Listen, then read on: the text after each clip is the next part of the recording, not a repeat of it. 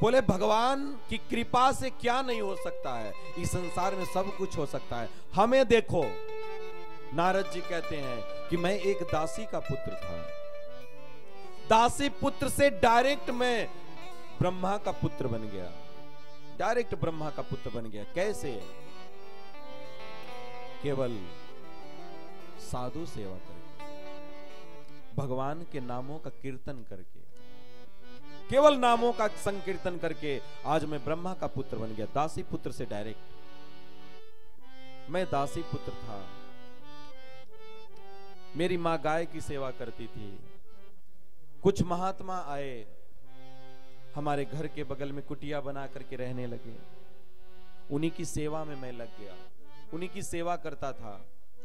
उनको जल चाहिए होता था जल देते थे, फूल चाहिए होता था फूल देते थे। मेरी आयु 5 वर्ष की थी मात्र, केवल 5 वर्ष की। जो हमसे बन पाता था, मैं संतों की सेवा किया करता था, संतों की सेवा किया करता था। और जब संतों की सेवा में जाता था तो संत जो भी बनाते थे खाते थे तो वो प्रसाद रूप में हमको भी खिलाते थे। इतना ही नहीं महाराज, उच्चिष्ट लेभानुमोदितो द्विजय सकृत्स्म भुंजे तदपास्त किल्बिषा एवं प्रवृत्तस्य विशुद्ध चेतसा तद्धर्म एवात्मरुचि प्रजायते। बोले प्रभु उनका प्रसाद मैं खाया नहीं, उनका प्रसाद तो केवल मेरे शरीर में लग गया था।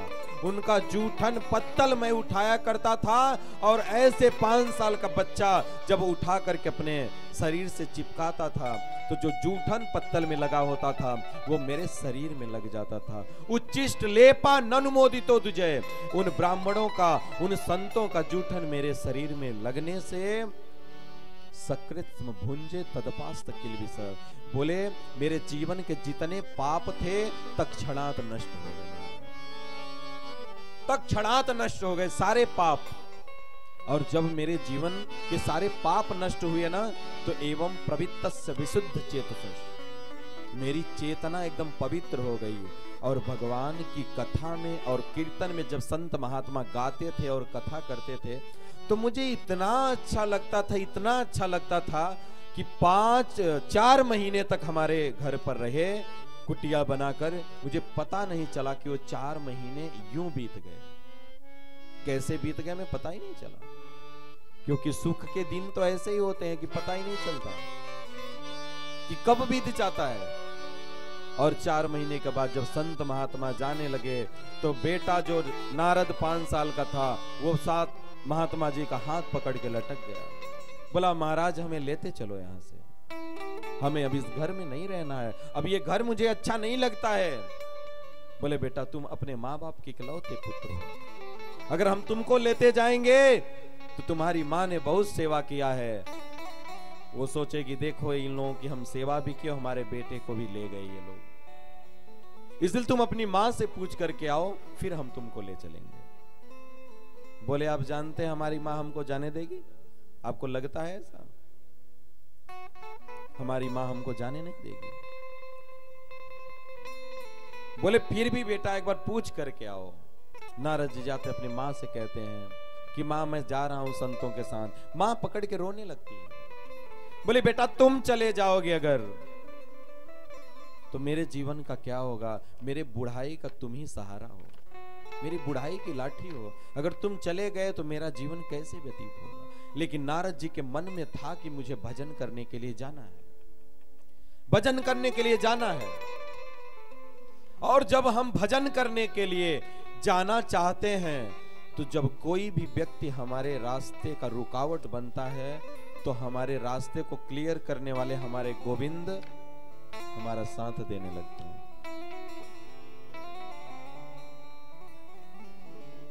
नारद जी के मन में था, गए संत महात्माओं से बोले कि महाराज जी हमको तो मां जाने नहीं दे रही है। महात्मा बोले कोई बात नहीं है, हम तुमको यही झोली माला दे रहे हैं, घर में ही रख के भगवान का नाम जप करो, और जब तुम्हारी माँ ऊपर चली जाएगी तब तुम हमारे पास चले आना। नारद जी बोले ठीक है। अब नारद जी के मन में क्या भाव था कि कब हमारी माँ ऊपर जाए और कब मैं भजन करने जाऊं। भगवान गीता में कहते हैं ये यथा माम प्रपद्यन्ते तांस्तथैव भजाम्यहम्। बोले हमारा भक्त हमसे जो चाहता है ना हम उसको वही देते हैं, उसकी मनोकामना को पूर्ण करते हैं। इसीलिए कोई भी पति भजन करने जाना चाहे तो रोकिएगा मत आप उसको, रोकना नहीं चाहिए। पत्नी भजन करना चाहे तो पति को भी नहीं रोकना चाहिए। बेटा भजन करना चाहे तो उसको रोकना नहीं चाहिए। सब जगह से रोकना, लेकिन भगवान के भजन करने के लिए कभी मत रोकना उसको। नहीं तो देखो अभी नारद जी के माँ का क्या हो रहा है। केवल 5 ही दिन बीते थे। सुबह नारद जी की माता जी बाल्टी लेकर के दूध निकालने जा रही थी गाय का, सर्प पर पैर रखी और सर्प ने डंक मारा और उनकी माँ ऊपर चली गई। 5 ही दिन में। नारद जी के मन में बड़ा आनंद आया कि चलो भाई कम से कम रास्ते का कांटा तो हटाओ। लेकिन एक तरफ दुख भी हुआ कि मेरी माँ थी, मुझे जन्म दी थी, मुझे इतना लाड प्यार करती थी, अब वो हमारे बीच में नहीं रही। लेकिन यहां धर्म और परम धर्म आपस में टकरा गया महाराज। धर्म क्या है? पत्नी की सेवा करना, माँ की सेवा करना, बाप की सेवा करना, भाई की सेवा करना, ये सब धर्म है। लेकिन परम धर्म क्या है? भगवान की सेवा करना परम धर्म है, भगवान का भजन करना परम धर्म है। जहां जहां धर्म और परम धर्म आपस में टकराए तो किसका आश्रय लेना चाहिए? परम धर्म का आश्रय लेना चाहिए। वहां धर्म के त्याग में कोई दोष नहीं है, कोई दोष नहीं है। इसलिए नारद को कोई दोष नहीं लगा। नारद जी के मन में बड़ा दुख आया, फिर भी क्या करें, चलो भाई इनका अंतिम संस्कार करते हैं। और अंतिम संस्कार करके और झोली माला उठाए महाराज निकल पड़े, निकल पड़े।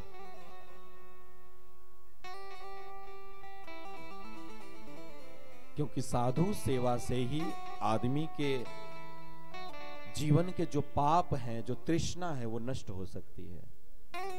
केवल साधु सेवा से, और कोई रास्ता है ही नहीं है। और आपका मन कथा में इसलिए नहीं लगता कि आप के अंदर बहुत पाप है। जिस व्यक्ति के अंदर पाप होता है ना, उसको भगवान के गुण, भगवान के नाम कभी अच्छे नहीं लगते, उसका मन भगवान के जप में कभी नहीं लगता। कुछ लोग हैं भगवान का नाम जप करते करते रोने लगते हैं। नयनम गलत सुरधारया बदनम गदगद रुद्धया गिरा पुलकर निस्तम बपु कदा तव नाम ग्रहणे भविष्यति। कुछ लोग जप करते करते रोने लगते हैं, उनके अंग में कंपन होने लगता है महाराज। ऐसा भगवत प्रेम प्रकट होता है उनके अंदर। कुछ लोग कहते हैं क्या जप करेंगे महाराज, मन नहीं लग रहा है, मन नहीं करता जप करने के लिए। जब तक पाप का क्षय नहीं होगा तब तक आपका जप में मन लग ही नहीं सकता महाराज। लेकिन उच्चिष्ट से, साधु सेवा से नारद जी निष्पाप हो गए थे। और नारद जी निष्पाप हो गए, उसके बाद उनका मन भगवान में लगा। दिन भर चलते रहे, दोपहर हो गया महाराज। एक तालाब के किनारे पहुंचे, वहां आचमन किए, हाथ पैर धुले, बैठे। महाराज वही गुरु द्वारा दिया हुआ मंत्र का जप करना शुरू किए। और जैसे ही जप करना शुरू किए वैसे ही गोविंद उनके हृदय में प्रकट हो गए।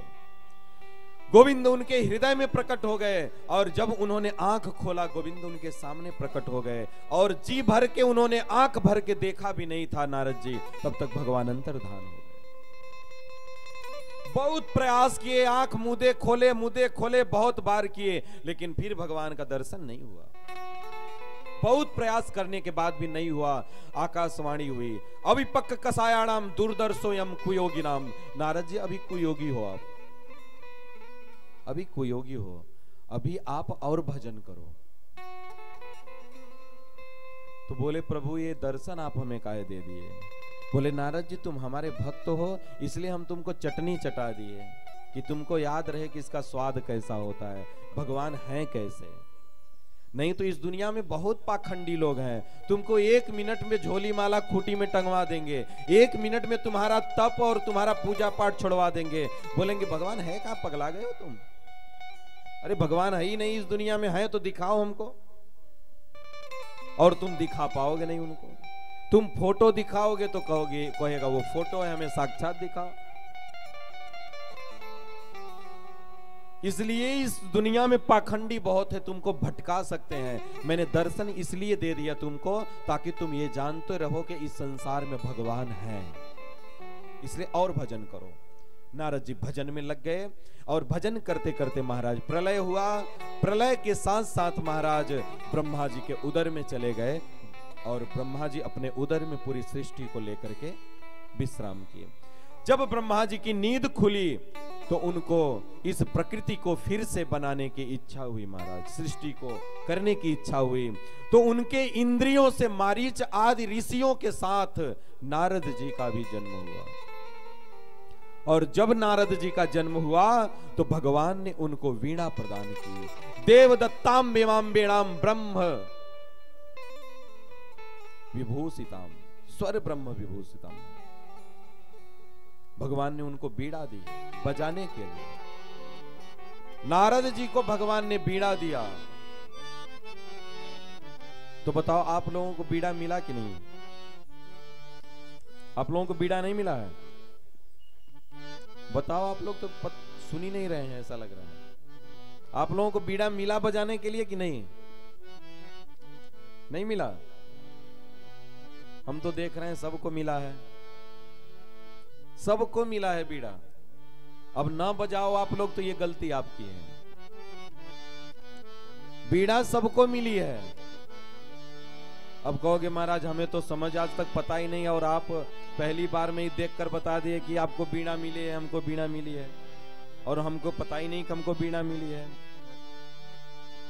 भगवान के द्वारा बीड़ा कौन सी मिली है? ये बीड़ा ही तो है। ये जो भगवान ने मुख दिया ये बीड़ा ही तो दी है। देवदत्ताम मिमाम बीणाम ब्रह्म स्वर ब्रह्म विभूषितम। ये बीड़ा दिए हैं बजाने के लिए। नारद जी को क्या गाने के लिए भगवान बोले थे? नारद जी ये बीड़ा लो और इस पर हमारे नामों का खूब गान करना और त्रिलोक में घूमना, तुमको कोई रोकेगा नहीं। तो भगवान ने तो अपना काम, नारद जी तो अपना काम किए। नारद जी को बीड़ा मिला और नारद जी इस पर भगवान का नाम गा गा करके पूरी दुनिया में भगवत प्रचार किए। तो आपको बीड़ा मिला तो आप काहे का प्रचार कर रहे हैं? कभी भगवान का नाम बोले? कभी भगवान का नाम जप किए? आप तो तेल मसाला धनिया मर्चा बेटा बेटी और पति में ही लपट गए। वहां से फुर्सत ही नहीं मिल रही है कि भगवान का नाम भी हम थोड़ा सा गा लें इस बीड़ा पर। भगवान ने ये बीड़ा दी है जप करने के लिए, भगवान के नाम को गाने के लिए। अब इस बीड़ा से आप क्या गा रहे हो ये डिपेंड आप पर करता है। अगर इस जिह्वा से अगर भगवान का नाम नहीं मिला, नाम नहीं निकला, तो बहुत बड़ा अपराध हो रहा है, बहुत बड़ा अपराध हो रहा है। इसलिए इस बीड़ा से केवल भगवान के गुण को गाओ, भगवान के नामों को गाओ, जिससे हमारा शाश्वत संबंध है। उसके गुणों को नहीं गाओगे तो किसके गुणों को गाओगे? किसके गुणों को गाओगे?